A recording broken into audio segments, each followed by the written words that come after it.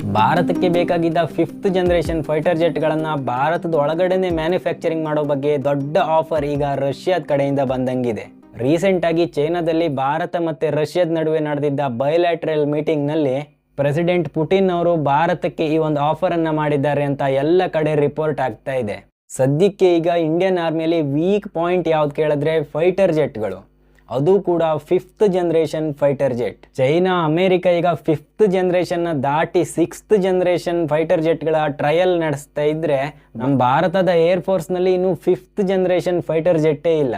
ನಮ್ಮ ಹತ್ರ ಈಗಿರೋ ಮೋಸ್ಟ್ ಅಡ್ವಾನ್ಸ್ಡ್ ಫೈಟರ್ ಜೆಟ್ ಯಾವ್ದಂದ್ರೆ ಫ್ರಾನ್ಸ್ ಇಂದ ಪರ್ಚೇಸ್ ಮಾಡಿರೋ ರಫೈಲ್ ಫೈಟರ್ ಜೆಟ್. ಈ ಫೈಟರ್ ಜೆಟ್ 4.5 ಜನರೇಷನ್ಗೆ ಸೇರುತ್ತೆ, 5th ಜನರೇಷನ್ಗಲ್ಲ. ಅದು ಅಲ್ಲದೆ ಫ್ರಾನ್ಸ್ ಭಾರತಕ್ಕೆ ಈ ಫೈಟರ್ ಜೆಟ್ಗಳ ಸೋರ್ಸ್ ಕೋಡ್ ಅನ್ನ, ಇಂಪಾರ್ಟೆಂಟ್ ಟೆಕ್ನಾಲಜಿಯನ್ನ ಭಾರತಕ್ಕೆ ಶೇರೇ ಮಾಡಿಲ್ಲ. ಇದರಿಂದ ಭಾರತಕ್ಕೆ ಏನಾದರೂ ಈ ರಫೇಲ್ ಫೈಟರ್ ಜೆಟ್ಗಳಲ್ಲಿ ಟೆಕ್ನಿಕಲ್ ಚೇಂಜಸ್ ಮಾಡೋದಿದ್ರೆ, ಹೊಸ ಮಿಸೈಲ್ಗಳನ್ನು ಇನ್ಸ್ಟಾಲ್ ಮಾಡೋದಿದ್ರೆ ಫ್ರಾನ್ಸ್ ಹತ್ರ ಪರ್ಮಿಷನ್ ಕೇಳಬೇಕಾಗತ್ತೆ. ಆದ್ರಿಂದ ಭಾರತಕ್ಕೆ ಮೇಯ್ನ್ ಆಗಿ ಮೇಡ್ ಇನ್ ಇಂಡಿಯಾ ಫೈಟರ್ ಜೆಟ್ಗಳ ಅವಶ್ಯಕತೆ ಇದೆ, ಅಥವಾ ಸೋರ್ಸ್ ಕೋಡ್ ಮತ್ತೆ ಟೆಕ್ನಾಲಜಿ ಸಿಗುವಂತ 5th ಜನರೇಷನ್ ಫೈಟರ್ ಜೆಟ್ಗಳಿದ್ರೆ ಭಾರತಕ್ಕೆ ಬೇಕಿದೆ. ಈ 5th ಜನರೇಷನ್ ಫೈಟರ್ ಜೆಟ್ಗಳು ಈಗ ಭಾರತಕ್ಕೆ ಇನ್ಸ್ಟೆಂಟ್ ಆಗಿ ಬೇಕಾಗಿರುವ ಇನ್ನೊಂದು ರೀಸನ್ ಅಂದ್ರೆ, ಒಂದ್ ಕಡೆ ಚೈನಾ ಭಾರತದ ಜೊತೆ ಹ್ಯಾಂಡ್ ಶೇಕ್ ಮಾಡಿ ಪಾರ್ಟ್ನರ್ ಅಂತ ಹೇಳ್ತಾ ಇದ್ರು, ಇನ್ನೊಂದ್ ಕಡೆ ಏನ್ ಮಾಡ್ತಾ ಇದೆ ಅಂದ್ರೆ ಪಾಕಿಸ್ತಾನಕ್ಕೆ J-35A ಅನ್ನೋ 5th generation made in China fighter jet ಗಳನ್ನ ಡಿಸ್ಕೌಂಟ್ ರೇಟ್ ನಲ್ಲಿ ಪಾಕಿಸ್ತಾನಕ್ಕೆ ಕೊಡೋ ಡೀಲ್ ಮಾಡಿದೆ. ಆದ್ರಿಂದ ಭಾರತಕ್ಕೆ ಈ 5th ಜನರೇಷನ್ ಫೈಟರ್ ಜೆಟ್ಗಳು ತುಂಬಾ ಇಂಪಾರ್ಟೆಂಟ್ ಆಗಿ ಬೇಕಿದೆ. ಆದ್ರೆ ಭಾರತದ ಹತ್ರ ಇಂಡಿಜಿನಿಯಸ್ ಆಗಿ 5th ಜನರೇಷನ್ ಫೈಟರ್ ಜೆಟ್ ಗಳನ್ನ ಮಾಡೋ ಟೆಕ್ನಾಲಜಿ ಇಲ್ಲ. ಈ ಟೆಕ್ನಾಲಜಿಯನ್ನೆಲ್ಲ ಡೆವಲಪ್ ಮಾಡಿ, ಇಂಜಿನ್ ಅನ್ನ ಡಿಸೈನ್ ಮಾಡಿ ಈ 5th ಜನರೇಷನ್ ಫೈಟರ್ ಜೆಟ್ಗಳನ್ನ ಪ್ರೊಡಕ್ಷನ್ ಮಾಡೋದಕ್ಕೆ ಏನಿಲ್ಲ ಅಂದ್ರೂ ಭಾರತಕ್ಕೆ ಇನ್ನೊಂದು 10-15 ವರ್ಷ ಅಂತೂ ಬೇಕೇ ಬೇಕು. ಸದ್ಯಕ್ಕೆ ನಮ್ಮ ಭಾರತದ ಹತ್ರ ಇರೋ ಈಗಿನ ಆಪ್ಷನ್ ಯಾವ್ದಂದ್ರೆ ಬೇರೆ ಯಾವ್ದಾದ್ರು ದೇಶದಿಂದ ಪರ್ಚೇಸ್ ಮಾಡೋದಷ್ಟೇ.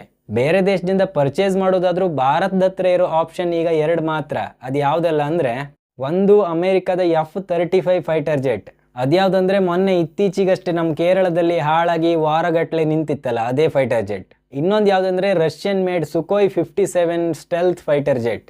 ಈ ಅಮೆರಿಕದ F-35 ಫೈಟರ್ ಜೆಟ್ ಅನ್ನ ಹೇಗಾದ್ರೂ ಮಾಡಿ ಭಾರತಕ್ಕೆ ಸೇಲ್ ಮಾಡ್ಬೇಕಂತ ತುಂಬಾ ಟ್ರೈ ಮಾಡಿತ್ತು ಅಮೆರಿಕ ರೀಸೆಂಟ್ ಆಗಿ. ಅಮೆರಿಕ ಇದನ್ನ world's most advanced 5th generation fighter jet ಅಂತ ಹೇಳುತ್ತೆ. ಅದ್ರ ಜೊತೆಗೆ ಇದು ಪ್ರಪಂಚದ ಕಾಸ್ಟ್ಲಿಯೆಸ್ಟ್ ಫೈಟರ್ ಜೆಟ್ ಕೂಡ ಹೌದು. ಇದನ್ನ ಪರ್ಚೇಸ್ ಮಾಡೋದಿರ್ಲಿ, ಮೇಂಟೈನ್ ಮಾಡೋದಿರ್ಲಿ ತುಂಬಾ ಕಾಸ್ಟ್ಲಿ. ಅಮೆರಿಕದಿಂದ ಈ ಫೈಟರ್ ಜೆಟ್ ಅನ್ನ ಪರ್ಚೇಸ್ ಮಾಡಿದ್ರೆ ಭಾರತಕ್ಕೆ ತೊಂದರೆ ಏನಂದ್ರೆ, ಒಂದನೇದಾಗಿ ಭಾರತಕ್ಕೆ ಅಮೆರಿಕ ಸೋರ್ಸ್ ಕೋಡ್ ಅನ್ನ, ಟೆಕ್ನಾಲಜಿಯನ್ನ ಯಾವುದನ್ನು ಶೇರ್ ಮಾಡೋಕ್ ತಯಾರಿಲ್ಲ. ಇನ್ನೊಂದೇನಂದ್ರೆ ಅಮೆರಿಕವನ್ನ ನಂಬಲಿಕ್ಕೆ ಸಾಧ್ಯ ಇಲ್ಲ. ಯಾಕಂದ್ರೆ ಈ ಟ್ರಂಪ್ ತರದ ತಲೆ ಕೆಟ್ಟ ಯಾವ್ದಾದ್ರು ಪ್ರೆಸಿಡೆಂಟ್ ಬಂದು ಆ ಫೈಟರ್ ಜೆಟ್ ಅನ್ನ ಮೇಂಟೆನೆನ್ಸ್ ಮಾಡೋಕ್ ಬೇಕಾಗಿರೋ ಸ್ಪೇರ್ ಪಾರ್ಟ್ಸ್ ಗಳನ್ನೆಲ್ಲ ನಾವು ಸೇಲೆ ಮಾಡೋದಿಲ್ಲ ಅಂತ ಸ್ಯಾಂಕ್ಷನ್ ಏನಾದ್ರು ಹಾಕಿ ಬಿಟ್ರೆ, ಆ ಪರ್ಚೇಸ್ ಮಾಡಿರೋ ಫೈಟರ್ ಜೆಟ್ ಅನ್ನ ಶೋಗ್ ಇಡ್ಬೇಕಷ್ಟೇ, ಮತ್ತೇನು ಉಪಯೋಗ ಇಲ್ಲ ಅದರಿಂದ.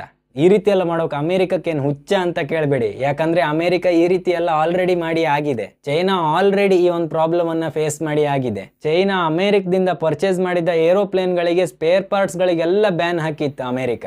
ಆದ್ರಿಂದ ಚೈನಾದಲ್ಲಿ 200-300 ಏರೋಪ್ಲೇನ್ಗಳು ಹಾಗೆ ನಿಂತಿತ್ತು, ಅದಕ್ಕೆ ಬೇಕಾಗಿರೋ ಸ್ಪೇರ್ ಪಾರ್ಟ್ಸ್ ಗಳೆಲ್ಲ ಸಿಗದೆ. ಸೊ ಅಮೆರಿಕ ಉಲ್ಟಾ ಹೊಡೆದ್ರೆ ಅಮೆರಿಕದ ತಪ್ಪಲ್ಲ, ಅದನ್ನ ನಂಬ್ಕೊಂಡಿದ್ದವ್ರದ್ದೇ ತಪ್ಪು. ಈ ಎಲ್ಲ ಸಮಸ್ಯೆಯಿಂದ ಸದ್ಯಕ್ಕೆ ಭಾರತ ಈ ಅಮೆರಿಕನ್ F-35 ಫೈಟರ್ ಜೆಟ್ಗಳ ಮೇಲೆ ಇಂಟ್ರೆಸ್ಟ್ ತೋರಿಸ್ದಾಗಿಲ್ಲ. ಇದನ್ನ ಬಿಟ್ರೆ ಭಾರತದ ಹತ್ರ ಇರೋದು ಇನ್ನು ಒಂದೇ ಆಪ್ಷನ್, ಅದು ಯಾವ್ದಂದ್ರೆ Sukhoi 57 Russian made fighter jet. ಈ ಫೈಟರ್ ಜೆಟ್ ಅನ್ನ ಪರ್ಚೇಸ್ ಮಾಡಿದ್ರೆ ಭಾರತಕ್ಕೆ ತುಂಬಾ ಲಾಭ ಇದೆ, ಅದ್ರ ಜೊತೆ ತುಂಬಾ ಸಮಸ್ಯೆ ಸಹ ಇದೆ. ಅದು ಏನಂತ ಮುಂದೆ ನೋಡಿ ಗೊತ್ತಾಗತ್ತೆ. ಭಾರತಕ್ಕೆ ಈ 5th ಜನರೇಷನ್ ಫೈಟರ್ ಜೆಟ್ ತುಂಬಾ ಅವಶ್ಯಕತೆ ಇದೆ ಅಂತ ಅಮೆರಿಕಕ್ಕೂ ಗೊತ್ತಿದೆ, ರಷ್ಯಾಗೂ ಗೊತ್ತಿದೆ.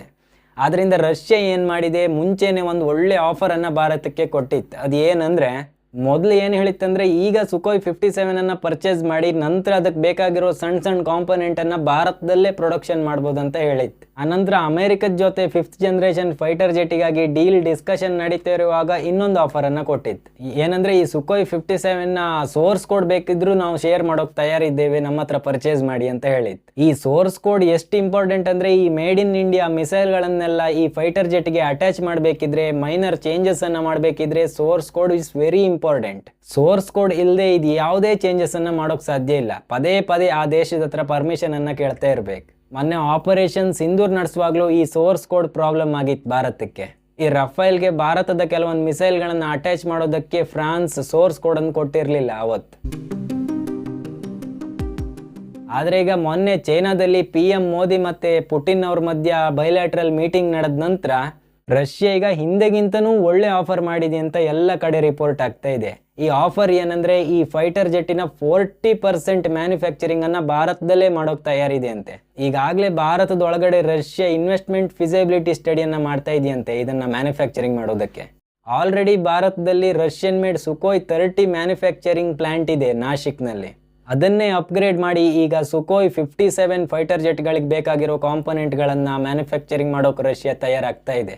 ಈ ರಷ್ಯನ್ ಮೇಡ್ ಫೈಟರ್ ಜೆಟ್ ಅನ್ನ ಪರ್ಚೇಸ್ ಮಾಡೋದ್ರಿಂದ ಭಾರತಕ್ಕೆ ಇನ್ನೊಂದು ಮೇಜರ್ ಲಾಭ ಏನಂದ್ರೆ, ಮುಂಚೆಯಿಂದ ಭಾರತ ಈ ರಷ್ಯನ್ ಮೇಡ್ ವೆಪನ್ಗಳನ್ನು ಹೆಚ್ಚಾಗಿ ಯೂಸ್ ಮಾಡ್ತಾ ಬಂದಿರೋದ್ರಿಂದ ಈಗ ಭಾರತದ ಡಿಫೆನ್ಸಿಗೆ ಇದು ಬೇಗ ಇಂಟಿಗ್ರೇಟ್ ಆಗುತ್ತೆ. ಹಾಗಿದ್ರೆ ಇನ್ನೇನು ತೊಂದರೆ, ಹೇಗೂ ರಷ್ಯಾ ಭಾರತದ ಫ್ರೆಂಡ್, ಪರ್ಚೇಸ್ ಮಾಡೇ ಬಿಡ್ಬೋದಲ್ಲ ಭಾರತ ಅಂತ ನೀವು ಕೇಳಿದ್ರೆ, ಮತ್ತೆ ಇದಕ್ಕೆ ಅಡ್ಗಾಲಿಡೋದು ಯಾರಂದ್ರೆ India's friend mister Donald Trump. ಯಾಕಂದ್ರೆ ರಷ್ಯಾ ಆಲ್ರೆಡಿ ವೆಸ್ಟರ್ನ್ ಸ್ಯಾಂಕ್ಷನ್ ನಲ್ಲಿದೆ. ರಷ್ಯಾದಿಂದ ಆಯಿಲ್ ಪರ್ಚೇಸ್ ಮಾಡ್ತಿರೋದಕ್ಕೆ ಅಮೆರಿಕ ಈ ರೇಂಜಿಗೆ ಟಾರ್ಗೆಟ್ ಮಾಡ್ತಾ ಇದೆ ಭಾರತವನ್ನ. ಇಂಥ ಟೈಮ್ನಲ್ಲಿ ಈ ಫೈಟರ್ ಜೆಟ್ ನಂತ ದೊಡ್ಡ ಡೀಲ್ ಅನ್ನು ಏನಾದರೂ ಮಾಡ್ತಂದ್ರೆ 100% ಅಮೆರಿಕ ಭಾರತದ ಮೇಲೆ ಸ್ಯಾಂಕ್ಷನ್ಸ್ ಹಾಕಿ ಆಗುತ್ತೆ. ಅಮೆರಿಕ ಮಾತ್ರ ಅಲ್ಲ, ಯುರೋಪ್ ಸಹ ಸ್ಯಾಂಕ್ಷನ್ ಹಾಕೋ ಸಾಧ್ಯತೆ ಇದೆ. ಇನ್ನೊಂದೇನೆಂದ್ರೆ, ಭಾರತ ಪರ್ಚೇಸ್ ಮಾಡಿದ್ರು ಈಗ ಸಡನ್ ಆಗಿ ಸಿಗೋದು ಕೆಲವೊಂದು ಫೈಟರ್ ಜೆಟ್ಗಳು ಮಾತ್ರ. ಅದರ ಕಂಪ್ಲೀಟ್ ಆರ್ಡರ್ ಡೆಲಿವರಿ ಆಗೋಕೆ ಏನಿಲ್ಲ ಅಂದ್ರೂ 7-8 ವರ್ಷ ಅಂತೂ ಹಿಡಿದೇ ಹಿಡಿಯುತ್ತೆ. ಆ ಟೈಮ್ನಲ್ಲಿ ಚೈನಾ, ಅಮೆರಿಕ ಎಲ್ಲ 6th ಜನರೇಷನ್ ಫೈಟರ್ ಜೆಟ್ ಅನ್ನ ಯೂಸ್ ಮಾಡ್ತಾ ಇರಬಹುದು. ಇದು ಸಹ ಒಂದು ಮೇಜರ್ ರೀಸನ್ ಭಾರತ ಈಗ ಸಡನ್ ಆಗಿ ಪರ್ಚೇಸ್ ಮಾಡದೇ ಇರುವುದಕ್ಕೆ. ಎಲ್ಲ ಕೆಲಸ ಫಾಸ್ಟ್ ಫಾರ್ವರ್ಡ್ ಆಗಿ ಕರೆಕ್ಟ್ ಆಗಿ ನಡೆದ್ರೆ ನಮ್ಮ ಭಾರತದ 5th ಜನರೇಷನ್ ಫೈಟರ್ ಜೆಟ್ಟು ಒಂದು 10-12 ವರ್ಷದಲ್ಲಿ ತಯಾರಾಗಬಹುದು.